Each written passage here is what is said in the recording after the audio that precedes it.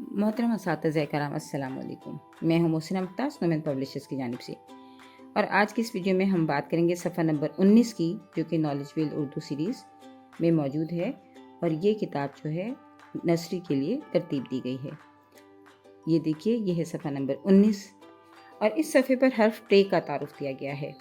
यहाँ ऊपर 4 आइकन्स मौजूद हैं: सुनना, बोलना, पढ़ना और मिलाना।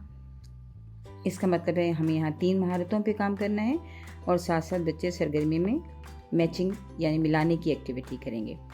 फिर एक QR कोड है जिसकी मदद से आप बच्चों को कहानी सुनाएं ताकि बच्चे टे से शुरू होने वाले हरूफ के बारे में कहानी की मदद से सीख सकें।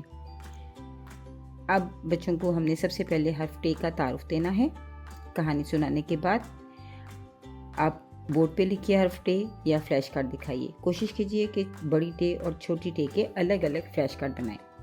बच्चों को बताइए ये है टे ये टे की बड़ी शक्ल है और ये टे की छोटी शक्ल है। ये टे की बड़ी शक्ल है और ये टे की छोटी शक्ल है। कोशिश कीजिए कि बार बार पूछकर ये क्या है और ये कहाँ है, तो आप छोटी टे कहाँ है, इस तरह से पूछकर आप ये यकीन हासिल कीजिए कि बच्चे इनकी शक्लों में वाज़े फ़र्क कर सके हैं और पहचानते हैं।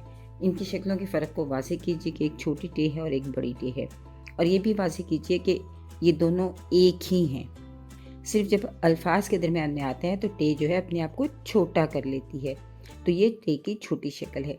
बच्चों को बताइए कि इस हर्फ का नाम है टे और आवाज़ है ट। नाम है टे, आवाज़ है ट। नाम है टे और आवाज़ है ट। अच्छा, बच्चों को जो है वो आप ये ख़ास तौर पे वाज़े कीजिए कि टे चाहे छोटी हो या बड़ी हो, जहाँ भी वो आएगी तो उसकी आवाज़ एक ही होगी, वो है ट। अगर बड़ी शक्ल में भी आएगी तो आवाज़ ट ही होगी, और अगर छोटी शक्ल में आएगी तो भी आवाज़ ट होगी।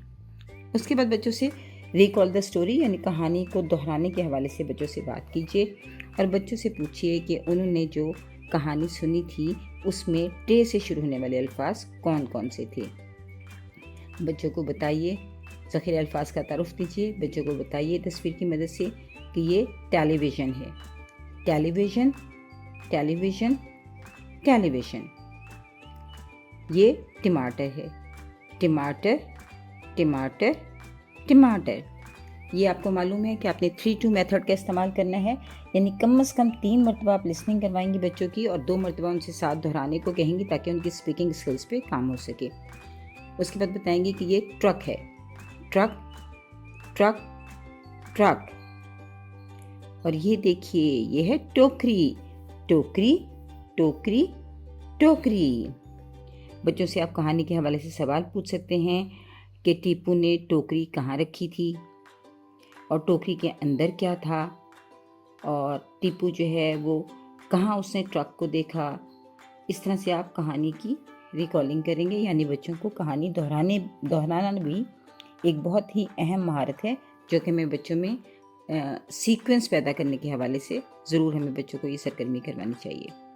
तो बच्चों को बताइए कि कहानी में मौजूद Tipu, television, Tom and Jerry, और टोकरी, टमाटर, ट्रक, ट्रैफिक, और ये सब जो अल्फाज हैं ये ट से शुरू होते हैं, जिससे कि ट टेलीविज़न, ट टेलीविज़न, ट टेलीविज़न, ट ट्रक, ट ट्रक, ट ट्रक, ट टमाटर, ट टमाटर, ट टमाटर, ट टोकरी, ट टोकरी, ट टोकरी।